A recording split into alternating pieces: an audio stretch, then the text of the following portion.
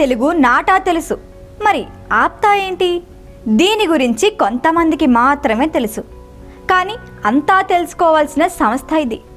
తానా నాటా లాంటి సంస్థలకు పూర్తి భిన్నమైంది ఇది. మెగాస్టార్ చిరంజీవి రాకతో ఈ అసోసియేషన్ గురించి తెలుసుకోవాలి అనే ఆసక్తి చాలా మందికి తెలిసిందే. తన ప్రసంగంలో చిరంజీవి అసోసియేషన్ గురించి చాలా వివరాలే చెప్పారు. ఇప్పుడు మరిన్ని విషయాలు తెలుసుకుందాం.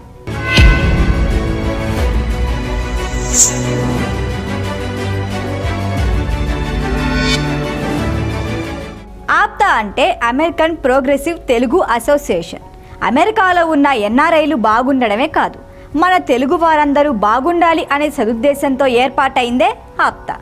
తెలుగు మూలాలున్న ప్రతి ఒక్కరికి అన్ని విధాలుగా సహాయ సహకారాలు అందించటమే ఆప్తా ఉద్దేశం. ఉద్యోగులకి కొత్త అవకాశాలు చూపించటం, ఉద్యోగార్థులకి ఉద్యోగాలు కల్పించటం, ఇతర రాష్ట్రాల్లో ఉన్నత చదువులు చదివించటం, కుటుంబం అత్యవసర పరిస్థితుల్లో ఉన్నప్పుడు వాళ్లకు ఆర్థిక సామాజిక భరోసా కల్పించటం, అత్యవసర వైద్యం కావాల్సిన వాళ్ళని ఆదుకోవటం ఆప్తా చేస్తున్న కార్యక్రమాలు కొన్ని. ఇవి కాకుండా ఏటా సాంస్కృతిక కార్యక్రమాలు నిర్వహిస్తోంది ఈ సంస్థ. ప్రాంతీయ జాతీయ స్థాయిలో సమావేశాలు, సాంస్కృతిక కార్యక్రమాలు నిర్వహిస్తూ తన ఉనికిని విస్తరిస్తోంది ఆప్తా. 2008లో జనవరిలో ఆప్తాకు ఈ పేరు పెట్టారు. అప్పటి నుంచి ఈ అసోసియేషన్ విస్తరిస్తూనే ఉంది. కమిటీలు, సబ్ కమిటీలు, కోర్ కమిటీలు, బోర్డ్ ఆఫ్ డైరెక్టర్స్ ఇలా అన్ని వరుసగా ఏర్పాటయ్యాయి. ఇదొక లాభాపేక్ష లేని సంస్థ. ఫెడరల్ ప్రభుత్వ అంతర్గత రెవెన్యూ సర్వీస్ నుంచి ట్యాక్స్ నెంబర్ కూడా ఉంది. ఈ అసోసియేషన్లో పెద్ద సక్సెస్ అయిన కార్యక్రమం స్టూడెంట్ ఎడ్యుకేషన్ ప్రోగ్రామ్. 2008 నుంచి ఈ ప్రోగ్రామ్ను సక్సెస్ఫుల్గా కొనసాగిస్తున్నారు. ఎంతో మంది చదువుకు సహాయం అందించారు, విదేశాల్లో చదువుకునేందుకు సాయము చేశారు. ఆప్తా చేసిన మరో గొప్ప పని Covid rescue programme. APTA Covid rescue programme బృందం 2021 ఏప్రిల్ మధ్య నుంచి అన్ని విధాలుగా సేవలు అందిస్తోంది, అవగాహన కల్పిస్తోంది. ఇన్ఫెక్షన్ యొక్క తీవ్రతను బట్టి రోగులకి సహాయం చేయడానికి వాలంటీర్లను నియమించింది ఆప్తా. ఇన్ఫెక్షన్ యొక్క వివిధ దశలలో రోగులకి ఎలా సహాయం చేయాలి, మార్గనిర్దేశం చేయాలి అనే అంశంపై వాలంటీర్లకి శిక్షణ ఇచ్చింది. ఆక్సిజన్ కాన్సన్ట్రేటర్లు, మెడికల్ కిట్లు, 500కి పైగా పల్స్ ఆక్సిమీటర్లు, 100 థర్మామీటర్లు, ఇతర నాన్ సర్జికల్ సామాగ్రిని, అత్యవసర వైద్య పరికరాలని కొనుగోలు చేసి అవసరమైన వాళ్ళకి అందించింది. ఆప్తా స్కాలర్షిప్ ప్రోగ్రాం నిరాటంకంగా కొనసాగుతోంది. 2 తెలుగు రాష్ట్రాల్లో దాదాపు 14 ఏళ్లుగా విద్యార్థులకు ఉపకార వేతనాలు అందిస్తున్న ఏకైక సంస్థగా నిలిచింది ఆప్తా. ఆర్థికంగా వెనుకబడి బాగా చదివే విద్యార్థులను క్రమం తప్పకుండా ట్రాక్ చేస్తుంది ఆప్తా. వాళ్ళ చదువుకు అవసరమైన స్కాలర్షిప్స్ను అందిస్తుంది. ఒకవేళ వాళ్ళు విదేశాల్లో చదువుకోవాలనుకుంటే దానికి కూడా కావాల్సిన సహాయం అందిస్తుంది. ఇవి మాత్రమే కాదు, ఆప్తా మహిళా సాధికారిత, స్త్రీధనం, APTA matrimony, APTA next gen, APTA talent search program, APTA immigration సహాయ కార్యక్రమం, ఆప్తా వైద్య సేవ, ఇలా ఎన్నో విధాలుగా తెలుగు ప్రజలకు సేవలు అందిస్తోంది ఆప్తా. ఇప్పుడు ఈ అసోసియేషన్ నుంచి వచ్చిన మరో వినూత్న ఆలోచన కెటలిస్ట్. ఔత్సాహిక ఎంటర్ప్రెన్యూర్స్కు అన్ని రకాల సేవలు అందించేందుకు కెటలిస్ట్ ప్రోగ్రాం రూపొందించింది ఆప్తా. దీనికి సంబంధించి అతిపెద్ద బిజినెస్ కాన్ఫరెన్స్ మీటింగ్ని హైదరాబాద్లో ఏర్పాటు చేశారు. ఈ వేడుకకి మెగాస్టార్ చిరంజీవి ముఖ్య అతిథిగా హాజరయ్యారు. ఇంకా ఈ కార్యక్రమంలో సూపు కోటాన్, సాగర్ లగ్గిశెట్టి, రమేష్ తూము, మధువల్లి, చంద్ర నల్లం, శ్రీనివాస్ చందు, శ్రీనివాస్ చిమట, విగయ్ గుడిసేవ, బాబీ అడ్డా, చలమశెట్టి గోపి తదితరులు పాల్గొన్నారు. కెటలిస్ట్ ప్రోగ్రాంకు దేశ విదేశాల నుంచి ఎందరో హాజరయ్యారు. యంగ్ ఎంటర్ప్రెన్యూర్స్ని ఎంకరేజ్ చేయడానికే అందరూ ఇక్కడికి రావటం మెచ్చుకోదగ్గ విషయం. ఒకరికొకరు చేదోడు వాదోడుగా ఉంటే వచ్చే రిజల్ట్ చాలా గొప్పగా ఉంటుందనే విషయం అందరికీ తెలిసిందే. ఇలాంటి ఫలితం మన ప్రాంతం, మన రాష్ట్రం, మన దేశం, మన ఉండే ఇతర దేశాలకు ఉపయోగపడుతుందనే విశాలమైన దృక్పథంతో ఈ కెటలిస్ట్ ప్రోగ్రాం నిర్వహించారు. ఈ కమిటీలో ఉన్న అందరూ ఎంతో ఉత్సాహంగా ముందుకు అడుగేసి ఔత్సాహిక ఎంటర్ప్రెన్యూర్స్కి ఉన్నత శిఖరాలను అధిరోహించేందుకు అన్ని సహాయ సహకారాలు అందిస్తున్నారు. అమెరికాలో ఉన్న మనం బాగుండటం కాదు, మన తెలుగు వారందరూ బాగుండాలి అనే ఉద్దేశంతోనే ఆప్తా వారి ఆధ్వర్యంలో ఈ కార్యక్రమం జరగటం విశేషం. సూపు కోటాన్, సాగర్ లగ్గిశెట్టి, రమేష్ తూము, మధువల్లి, చంద్ర నల్లం, శ్రీనివాస్ చందు, శ్రీనివాస్ చిమట, విగయ్ లాంటి ఎంతో మంది ఎన్ఆర్ఐలు కలిసి హైదరాబాద్లో జరిగిన ఈ కార్యక్రమాన్ని సూపర్ సక్సెస్ చేశారు. వేడుకల చిరంజీవి ప్రత్యేక ఆకర్షణగా నిలిచారు. ఆయన మాటలు ఎంతో మంది ఔత్సాహికుల్లో స్ఫూర్తిని నింపాయి. తన కెరియర్, జీవితం గురించి చెబుతూ ఎదురైన సవాళ్లను ఎలా అధిగమించారనే విషయాన్ని చిరంజీవి చెబుతుంటే ఆడిటోరియం చప్పట్లతో మారుమోగిపోయింది. నోవేర్ అనే స్థాయి నుంచి సమ్వేర్ అనే స్థాయికి వచ్చిన విధానాన్ని చిరంజీవి వివరించారు. ప్రతికూల పరిస్థితులను దాటి అనుకూల పరిస్థితులను ఏర్పాటు చేసుకొని ఎలా ఎదుగుతూ వచ్చారో చిరంజీవి వివరిస్తుంటే చాలా మందిని ఆ ప్రసంగం ఆలోచింపచేసింది.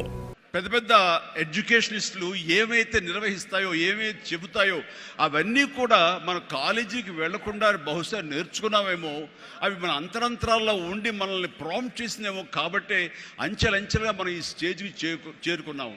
అంటే నేను ఒక నోవేర్ నుంచి ఈ రోజున సమ్వేర్కి ఈ రోజున వచ్చానంటే కనుక బహుశా అవన్నీ కూడా నాలో అండర్ కరెంట్గా ఉండి నన్ను ప్రాంప్ట్ చేస్తూ, నన్ను ఎంకరేజ్ చేస్తూ, నన్ను సరైన మార్గంలో నడవబట్టి ఈరోజు ఈ స్టేజ్కి వచ్చానేమో. ఈ సందర్భంగా ఆసక్తికర విషయాన్ని వెల్లడించారు చిరంజీవి. యాక్టింగ్ స్కూల్లో ట్రైనింగ్ పూర్తి చేయకముందే ఆయనకు దర్శక నిర్మాతలు సినిమాల్లో అవకాశాలు ఇచ్చారు. ఆ టైంలో ఎప్పుడైనా పాండీ బజార్కి వెళ్ళినప్పుడు కొంతమంది నెగిటివ్గా మాట్లాడేవాళ్ళు. ఆ మాటలకు చిరంజీవి కుంగిపోయేవారు. రూమ్కి వెళ్ళి నిద్రపోయేవారు కాదు. ఆ రోజున చిరంజీవికి ఆంజనేయ స్వామి మాత్రమే తోడు. ఆయనతోనే మనసులో మాట్లాడుకునేవారు చిరంజీవి. ఆంజనేయ స్వామి తనకు సమాధానం చెబుతున్నట్లుగా ఉండేదని, అలా నెగిటివ్గా మాట్లాడే వాళ్ళ దగ్గరకు వెళ్ళకని ఆ భగవంతుడే తనకు చెబుతున్నట్లు అనిపించేది అని అన్నారు. ఆ రోజు నుంచి పాండీ బజార్కి వెళ్ళటం మానేశారు చిరంజీవి. ఇలా ప్రతికూల అనుభవాలు ఎదురైనప్పుడు దాన్ని అధిగమించిన విధానం గురించి చిరంజీవి చెబుతుంటే సభికులు చప్పట్లతో తమ ఆనందాన్ని వ్యక్తం చేశారు. ఓ మెగాస్టార్గా కాకుండా ఓ తత్వవేత్తల, ఓ మానసికవేత్తలా మారి చిరంజీవి ప్రసంగించారు. ఎన్నో విషయాలు పంచుకున్నారు. నేను ఒక ఫిలిం ఇన్స్టిట్యూట్లో ట్రైనింగ్ అయ్యానండి. ఆమె ట్రైన్డ్ యాక్టర్ అని అంటే ఎంతో కొంత ఆదరణ ఉంటుంది. రాబో కూర్చొని చేసి టీ అని ఇస్తారేమో అనే ఉద్దేశంతో నేను ఫిలిం ఇన్స్టిట్యూట్లో జాయిన్ అయితే అక్కడ నేను అయ్యాను. ట్రైనింగ్ అయిన తర్వాత అక్కడి నుంచి ఏ ఒక్క రోజు కూడా రమ్మండి, ట్రైనింగ్ పూర్తి అవ్వకుండానే నన్ను, నా టాలెంట్ని చూసి ఆయా ప్రొడ్యూసర్లు అప్పటికప్పుడు నాకు వేషాలు ఇవ్వడం మొదలుపెట్టారు. నా ఫోటోలు తీసుకుని ఏ ఆఫీస్కి వెళ్ళలేదు, ఏ ఆడిషన్స్కి వెళ్ళలేదు. నాకు తెలియకుండా పాండీ బజార్ వెళ్ళేవాడిని ఎప్పుడైనా. అక్కడ వెస్టర్న్ ఇంట్రెస్ట్ నుండి డిస్గస్టెడ్ పీపుల్, ఫ్రస్ట్రేటెడ్ పీపుల్ అక్కడ ఉండే కాఫీలు, టీలు తాగేవాళ్ళు. నేను అక్కడికి వెళ్ళేవాడిని. కొంతమంది కలిసి, ఏంటి కొత్తగా వచ్చావా, ఏం చేస్తున్నావు, సినిమాల వేషం ట్రై చేస్తానని, ఇంకా ఇన్స్టిట్యూట్లో ట్రైనింగ్ అవుతున్నాను.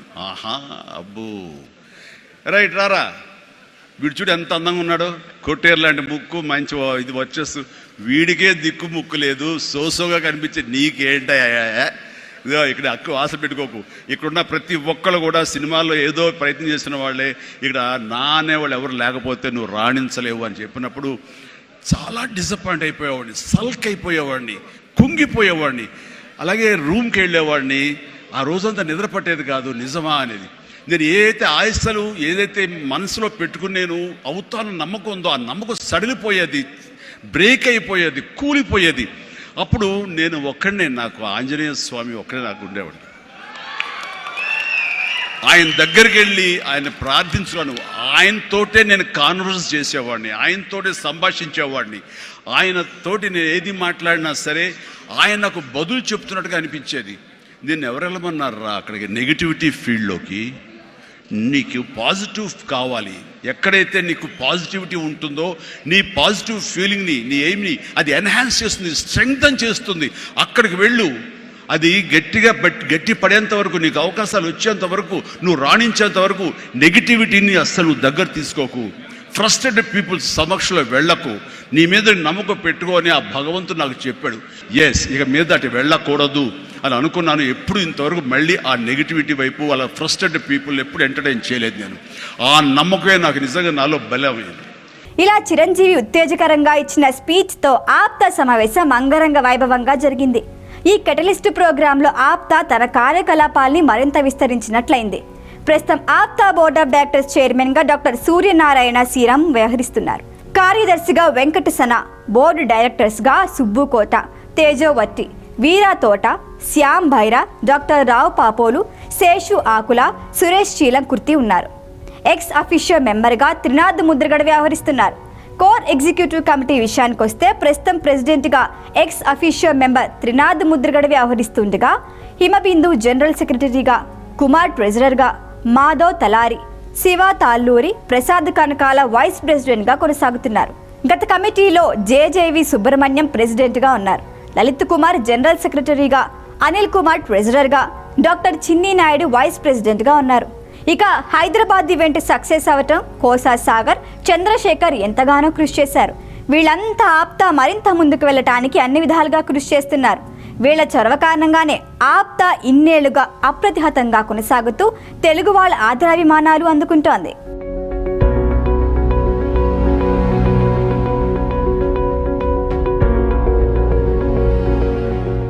ఈ వీడియో కనుక మీకు నచ్చినట్టయితే లైక్ చేయండి, షేర్ చేయండి, సబ్స్క్రైబ్ చేయండి. అలాగే పక్కనే ఉన్న బెల్ ఐకాన్ని క్లిక్ చేయండి.